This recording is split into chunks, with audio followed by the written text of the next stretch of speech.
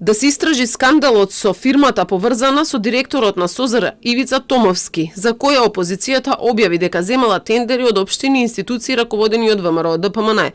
Ова денеска го побара од Transparency International од надлежните институции. Доколку стварно постои нешто такво, институциите на системот да превземат действие и тоа да се обелодени, за конечно да можеме да кажеме дека со пресуда, со некаков факт се утврдува таквото негативно насување. Се додека работите остануваат на скандал, што може да се коментира, освен тоа дека тоа е страшно.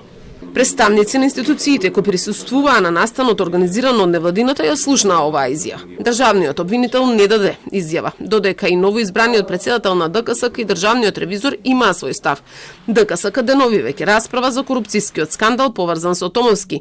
Ќе ги истражува на водите на СДСМ дека се доделени 161 тендер во вредност од 5,3 милиони евра од државни институции и општини водени од ВМРО ДПМН.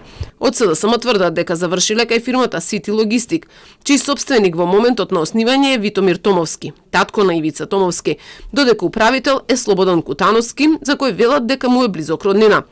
Потоа се менува името на фирмата во сите аутсорсинг и собствеништвото. Мора да ги видиме сите околности на случајот.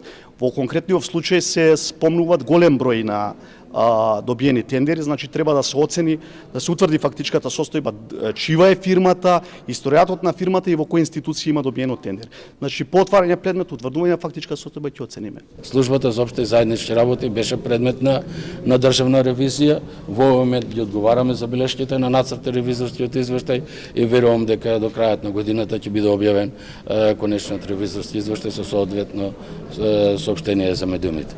ДКСК веќе има одлучувано по пријава за фирма блиска до Томовски и можен судир на интереси за тендер распишан од СОЗР.